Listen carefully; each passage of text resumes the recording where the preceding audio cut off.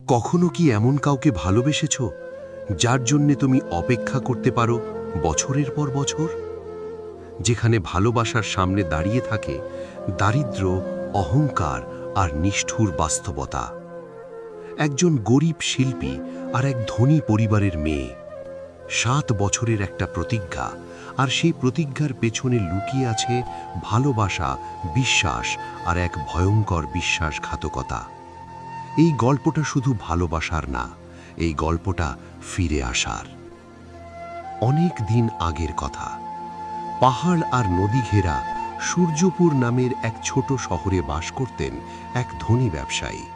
তার সম্পদের কোনো অভাব ছিল না, কিন্তু তার জীবনের সবচেয়ে বড় সম্পদ ছিল তার একমাত্র মেয়ে ঈশিতা।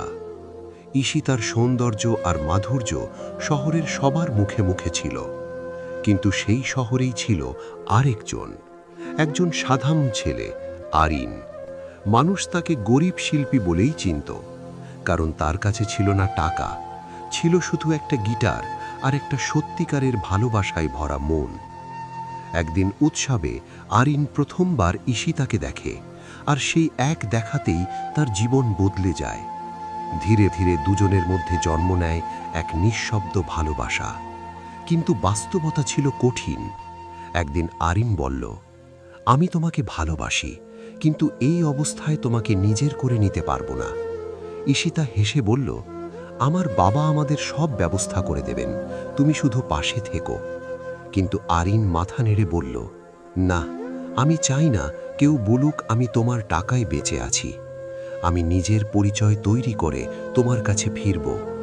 তারপর সে একটা প্রতিজ্ঞা করল, আমি 7 বছর পর ফিরে আসব। যদি না ফিরি, তুমি আমাকে ভুলে যেও। চোখে জল নিয়ে ঈশিতা বলল, আমি অপেক্ষা করব, ঠিক 7 বছর। পরদিন ভোরে আরিন বাড়ি ছেড়ে বেরিয়ে পড়ল নিজের স্বপ্নের খোঁজে।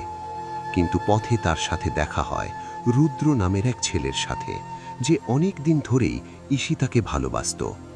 কিছুদিন পর তারা এক নদীর ধারে পৌঁছায়, আর সেখানেই ঘটে যায় বিশ্বাসঘাতকতা। আরিন নদী পার হতেই রুদ্র তার জিনিসপত্র নিয়ে পালিয়ে যায় এবং শহরে ফিরে গিয়ে মিথ্যে খবর ছড়িয়ে দেয়, আরিন মারা গেছে। সবাই ভেঙে পড়ে, কিন্তু ঈশিতা বিশ্বাস করেনি। সে শুধু বলেছিল, 7 বছর না হওয়া পর্যন্ত আমি কাউকে বিয়ে করব না। অন্যদিকে আরিন নিজের প্রতিভা দিয়ে ধীরে ধীরে সফল হয়ে ওঠে। তার গান ছড়িয়ে পড়ে শহর থেকে শহরে, এমনকি একদিন সে রাজপ্রাসাদে গান গাওয়ার সুযোগ পায়।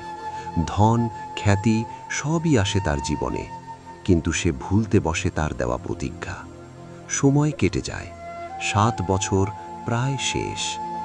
ঈশিতা তখন একটা শেষ চেষ্টা করে।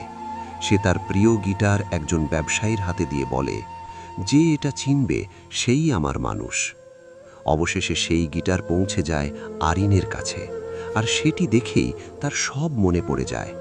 সে বুঝতে পারে সে তার ভালোবাসাকে হারাতে বসেছে। তারপর শুরু হয় এক দৌড়, সময়ের সাথে, ভাগ্যের সাথে। পথে দুর্ঘটনা, এক রহস্যময় সাধুর সাহায্য, আর শেষ মুহূর্তের লড়াই। অবশেষে বিয়ের আগের রাতে আরিন ফিরে আসে সূর্যপুরে। কেউ তাকে চিনতে পারে না, এমনকি তার নিজের মাও না। কিন্তু তার গান, তার কণ্ঠ, সেটাই হয়ে ওঠে তার পরিচয়। বিয়ের আসরে দাঁড়িয়ে যখন সে গান গায়, ঈশিতা বুঝে যায়, এই সেই মানুষ যার জন্যে আমি অপেক্ষা করেছি।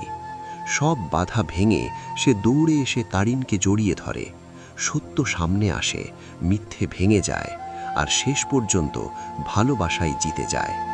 কারণ সত্যিকারের ভালোবাসা কখনো হারে না, সে শুধু সময় নেয় ফিরে আসার জন্য।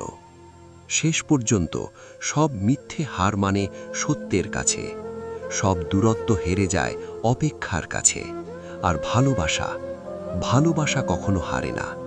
যদি সেটা সত্যি হয়, তাহলে সে ফিরে আসবেই।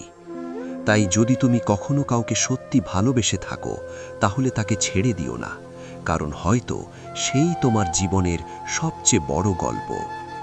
ভিডিওটা ভালো লাগলে লাইক, কমেন্ট আর সাবস্ক্রাইব